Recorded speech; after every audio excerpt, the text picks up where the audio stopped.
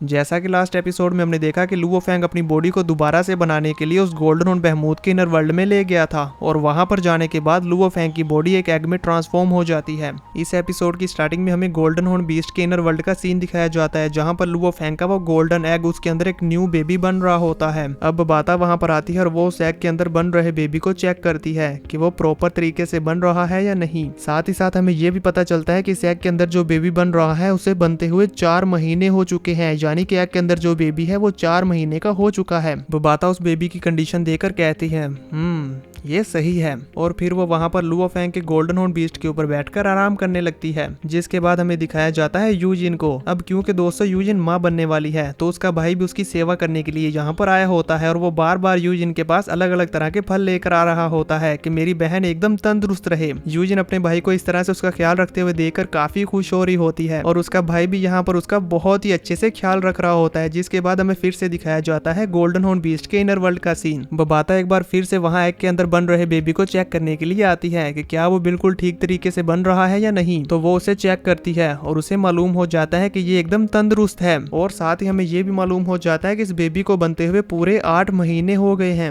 Scene change होता है, हम देखते हैं लुओ फैंग की फैमिली को जो कि यहाँ पर हॉस्पिटल में आई होती है। हॉस्पिटल में ये सभी लोग काफी परेशान होते हैं। तो फिर हमें यहाँ पर इनकी परेशानी की वजह भी मालूम होती है और वो वजह ये है कि यूजिन बच्चों की डिलीवरी कर रही है और इसी वजह से वो ऑपरेशन थिएटर में होती है। यूजिन का भाई तो यहाँ पर काफी दुआएं कर रहा होता है कि मेरी बहन बिल्कुल ठीक हो, और इसी वजह से उसके पसीने भी छूट रहे थे कि मेरी बहन को इतना ज्यादा पेन हो रहा है, बस किसी तरह से वो इसे झेल ले और सही सलामत रहे। और फिर कुछ देर बाद डिलीवरी हो जाने के बाद ऑपरेशन थिएटर का दरवाजा खुल जाता है, जिसे देखकर यूजिन का ब्रदर काफी ज्यादा एक्साइटेड होता है और वो भागकर अपनी सिस्टर को देखने जाता है। इसी चक्कर में वो वहां पर गिर भी पड़ता है। फिर हम देखते हैं यूजिन को जो कि बिल्कुल ठीक होती है, और साथ ही हम देखते हैं कि यूजिन को 2 जुड़वा बच्चे हुए होते हैं। यूजिन अपने बच्चों को देखकर काफी खुश हो रही होती है और साथ ही साथ उसकी पूरी फैमिली भी उसके साथ होती है। यूजिन का ब्रदर, लुओ फैंग का ब्रदर और उसकी फैमिली इन बच्चों को देखकर काफी खुश होते हैं। साथ ही साथ यूजिन का ग्रैंडपा भी यहाँ पर आया होता है। हम बबाता को भी यहाँ पर देखते हैं, वो लुओ फैंग के बच्चों को देखकर काफी खुश होती है।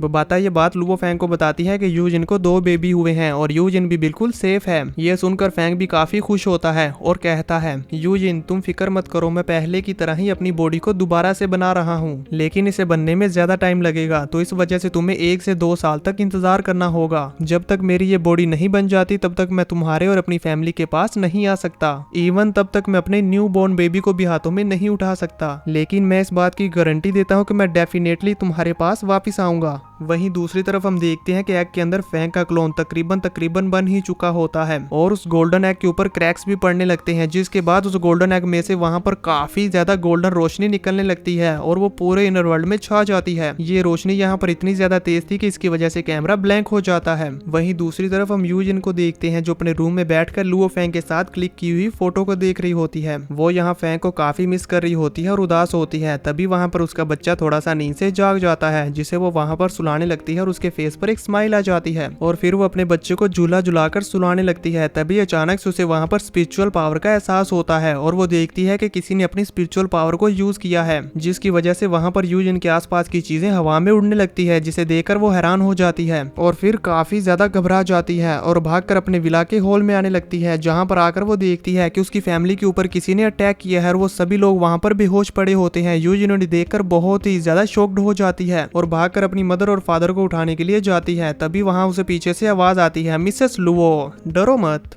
इन्हें कुछ नहीं हुआ, ये लोग बस सो रहे हैं।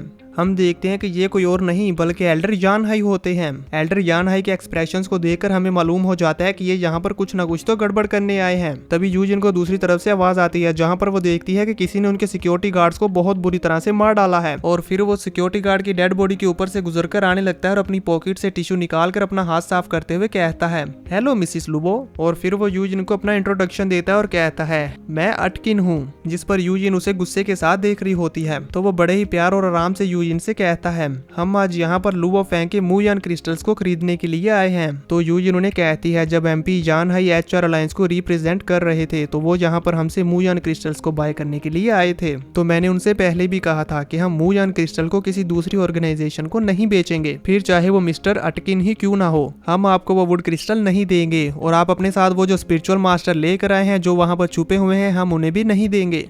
और आप हमें हमारा एटीट्यूड चेंज करने पर मजबूर नहीं कर सकते। जब यूजिन ये बोल रही होती है तभी हम देखते हैं कि उसका रोबोट वो भी वहाँ पर उसकी प्रोटेक्शन के लिए आ जाता है। यूजिन की ये बात सुनकर अटकिन कहता है, ऐसा लगता है कि हम फैमिली वे से एग्रीमेंट तक नहीं पहुँच सकते। फिर तो कुछ करना पड़ेगा। ये कहते हुए वहाँ पर एक चेयर के ऊपर बैठ जाते हैं और टेबल के ऊपर अपनी लेग के ऊपर लेग रखकर कहते हैं, नी हुलू। तो अब नी हुलू भी समझ जाता है कि मुझे क्या करना है। यूजिन भी नी हुलू की तरफ देखती है कि आखिर ये है कौन। नी हुलू बड़े ही एटीट्यूड के साथ अपने सिंगार को बुझाते हुए खड़ा होता है और साथ ही वो कहता है, तुम जैसे इंसानों को अपने पास वो चीजें रखने का कोई हक नहीं है। ये कहते हुए वहाँ पर अपनी पावर्स को रिलीज करता है, जिसकी वजह से यूजिन के ऊपर काफी ज्यादा प्रेशर पड़ता है। यहाँ पर हम देखते हैं कि नी हुलू की मेंटल पावर इतनी ज्यादा थी कि यूजिन अपने पैरों पर खड़ी भी नहीं रह पाती और अपने घुटनों के बल आकर नीचे बैठ जाती है। यहाँ पर यूजिन का सर भी जोरों से दर्द कर रहा था और उसने अपने सर को पकड़ा हुआ था। नी हुलू अपनी और भी ज्यादा पावर्स को रिलीज करता है और लुओ फैंग के घर के सारे सामान को हवा में उड़ाने लगता है। रोबोट उसे ऐसा करता हुआ देखकर आगे बढ़कर रोकने ही वाला होता है कि तभी वो यूजिन की फैमिली को उठा लेता है और कहता है कि अगर तुमने अपने रोबोट को कोई भी ऑर्डर दिया तो मैं तुम्हारी फैमिली को मार डालूंगा। इससे अच्छा है कि तुम अपने रोबोट को शांत करवा दो। यूजिन भी अपनी फैमिली की जान खतरे में देखकर रोबोट को वहीं पर रोक देती है। नी हुलू से कहता है, अगर तुमने कोई भी चालाकी करने की कोशिश की तो मैं पलक झपकने की स्पीड से तुम्हारी फैमिली को मार डालूंगा और इनकी सोल्स को पूरी तरह से डिस्ट्रॉय कर दूंगा। यूजिन को नी हुलू के ऊपर गुस्सा तो बहुत ज्यादा आ रहा होता है, पर बेचारी कुछ कर नहीं सकती और वो यहाँ इन तीनों के सामने बिल्कुल बेबस होती है। नी हुलू अच्छे से जानता है कि यूजिन अपनी मर्जी से तो वो सारा सामान लाकर इसे नहीं देने वाली, इसलिए वो वहाँ पर अपनी मेंटल पावर को यूज करते हुए लुओ फैंग के सारे घर की तलाशी लेने लगता है, जहाँ पर उसे एक जगह पर काफी सारे ट्रेजर्स मिलते हैं, जिन्हें देखकर वो खुश हो जाता है और कहता है, वाओ, यहाँ पर तो खजाना है। यहाँ 18 वुड क्रिस्टल्स हैं और साथ ही काफी सारे स्पिरिट प्लांट्स भी हैं। ग्रेट। ये कहते हुए वो अपनी पावर्स को यूज करके उन सारे ट्रेजर्स को बॉक्सेस के अंदर से बाहर निकाल लेता है और अपने पास ले आता है। यहाँ पर यूजिन ने उन सभी वुड क्रिस्टल्स को एक स्पेशल बॉक्स में बंद करके छुपाया होता है, लेकिन नी हुलू उसे भी ढूंढ निकालता है और घर के फर्श को तोड़ते हुए उस बॉक्स को बाहर निकाल लेता है, जिसे देखकर यूजिन भी हैरान हो जाती है कि आखिर इसने उसे कैसे ढूंढ लिया। अब नी हुलू उस बॉक्स के अंदर से सारे वुड क्रिस्टल्स को बाहर निकाल लेता है, जिसे देखकर अटकिन तो काफी ज्यादा खुश होता है और साथ ही साथ यान हाई भी खुश हो रहा होता है कि फाइनली। ये सब देखकर ली जाओ भी नरक के अंदर बैठा खुश हो रहा होगा। नी हुलू सभी ट्रेजर्स को अपने आसपास घुमाते हुए यूजिन को एक इवल स्माइल पास करता है, जिसे देखकर यूजिन और भी डर जाती है। अब एल्डर यान हाई के दिमाग में एक शैतानी आइडिया आता है और वो एल्डर ली हुलू को भड़काते हुए कहता है, ओ हाँ, लुओ फैंग वर्ल्ड का नंबर 1 स्पिरिचुअल मास्टर, उसके बच्चे भी तो हैं। क्या ये हो सकता है कि लुओ फैंग का बेटा उसके टैलेंट को आगे बढ़ाए? नी हुलू, अगर ऐसा हुआ तो फ्यूचर में तुम्हारी पोजीशन को खतरा है। एल्डर यान हाई की ये बात सुनकर यूजिन भी समझ जाती है कि ये यहाँ पर मेरे बच्चों को मरवाना चाहता है और वो ये सुनकर काफी शौक हो जाती है और कहती है कि मुझे यहाँ पर कुछ ना कुछ तो करना होगा। वहीं नी हुलू एल्डर यान हाई की ये बात सुनकर यूजिन के बच्चों को ढूंढना शुरू कर देता है, जहाँ ऊपर छत पर उसे यूजिन के बच्चे मिल जाते हैं। जैसे ही वो यूजिन के बच्चों को नुकसान पहुंचाने वाला होता है तभी यूजिन रोबोट का सहारा लेते हुए खड़ी होती है और कहती है, खबरदार जो तुमने मेरे बच्चों को हाथ लगाने की हिम्मत की। इवन यहाँ पर यूजिन के ऊपर इतना ज्यादा मेंटल फोर्स पड़ रहा था, लेकिन फिर भी यूजिन अपने पैरों पर खड़ी हो जाती है और कहती है, अगर तुमने मेरे बच्चे को यहाँ पर नुकसान पहुंचाया तो इस रोबोट के अंदर सारी रिकॉर्डिंग रिकॉर्डेड है। ये रोबोट ऑटोमेटिकली उसे पब्लिश कर देगा। मैं गारंटी देती हूँ कि उस रिकॉर्डिंग को देखने के बाद दुनिया में मौजूद सारे लोग तुम्हारे असली चेहरे से वाकिफ हो जाएंगे। तो इसलिए मेरे बच्चों को नुकसान पहुंचाने के बारे में सोचना भी मत। अगर तुमने ऐसा किया तो मैं पब्लिक स्क्रीन पर ये सारी वीडियोस दिखा दूंगी, जिससे दुनिया में मौजूद हर इंसान तुम्हारी शक्लों से वाकिफ हो जाएगा और तुम हमेशा के लिए डिसग्रेस्ड हो जाओगे। ये सब यूजिन बहुत ज्यादा गुस्से में बोल रही होती है। नी हुलू को यूजिन और उस रोबोट के ऊपर बहुत ज्यादा गुस्सा आ रहा होता है, तभी अटकिन कुछ सोचने लगता है। साथ ही साथ हम देखते हैं कि एल्डर यान हाई को भी इनके ऊपर गुस्सा आ रहा होता है। ये तीनों अभी यहाँ पर कुछ सोच ही रहे थे कि तभी यूजिन कहती है, इन सभी चीजों को लो और यहाँ से दफा हो जाओ, लेकिन मैं तुम्हें लुओ फैंग की फैमिली और उसके बच्चों को नुकसान पहुंचाने नहीं दूंगी। जल्दी करो और यहाँ से चले जाओ। ये सुनकर तो नी हुलू को और भी ज्यादा गुस्सा आ जाता है और वो अपने दांत पीसते हुए कुछ करने ही वाला होता है कि तभी अटकिन उसे रोक देता है और यूजिन से कहता है, गुड मिसिस लुओ। साथ ही वो यहाँ पर बड़ा नाइस बनने का बिहेव कर रहा होता है। उसके ये दो चेहरे देखकर यूजिन को उसके ऊपर और भी ज्यादा गुस्सा आने लगता है, पर नी हुलू उसके कहने पर भी नहीं रुका होता। तो ये देखकर अटकिन उसकी तरफ फिर से एक गुस्से भरी निगाहों से देखता है,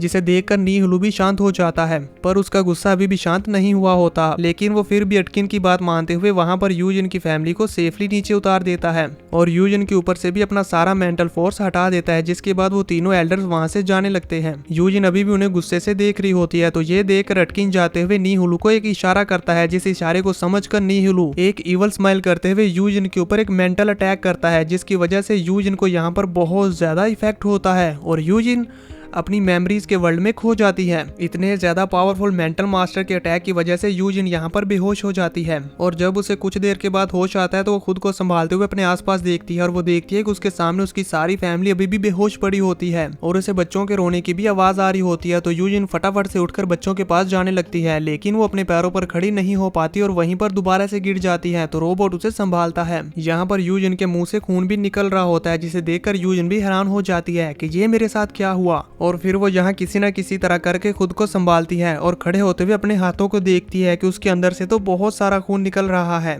ये देखकर यूजिन और भी ज्यादा परेशान हो जाती है और उसकी इसी परेशानी के साथ ये एपिसोड यहीं खत्म हो जाता है।